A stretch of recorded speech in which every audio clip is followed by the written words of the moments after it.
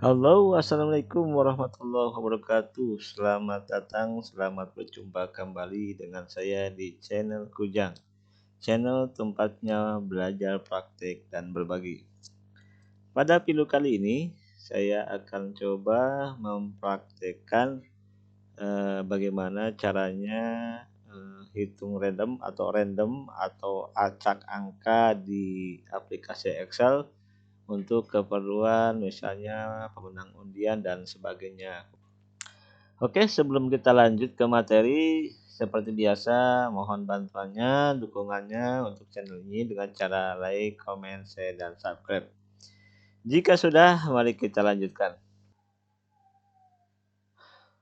Nah, saya sudah buatkan contoh untuk daftar pemenang undian. Di sini saya buat 3 kolom, juara 1, juara 2, dan juara 3.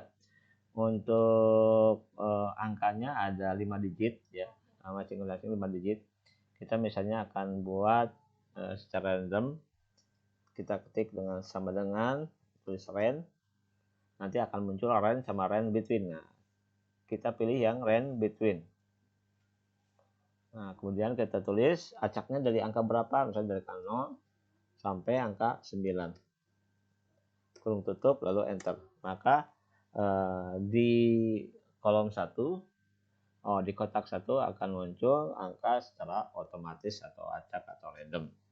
Nah, untuk kolom berikutnya kita tinggal copy. Namun jika kolom ini yang kolom 1, kotak 1 ini yang isinya tidak ingin berubah, kita harus matikan terlebih dahulu. Karena ketika kita copy ke kotak-kotak yang lain, ini juga akan ikut berubah.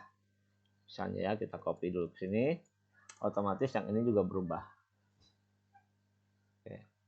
Demikian juga kalau kita yang ini copy ke bawah, yang atas juga akan berubah secara acak. Demikian juga kalau kita kopikan ke juara 3, yang juara 1 dan juara 2 akan berubah. Ini akan secara acak. Jadi setiap tindakan apapun di Excel ini akan merubah secara random, secara acak angka-angka yang tadi sudah kita acak. Oke, demikian saja untuk video kali ini. Mudah-mudahan bermanfaat.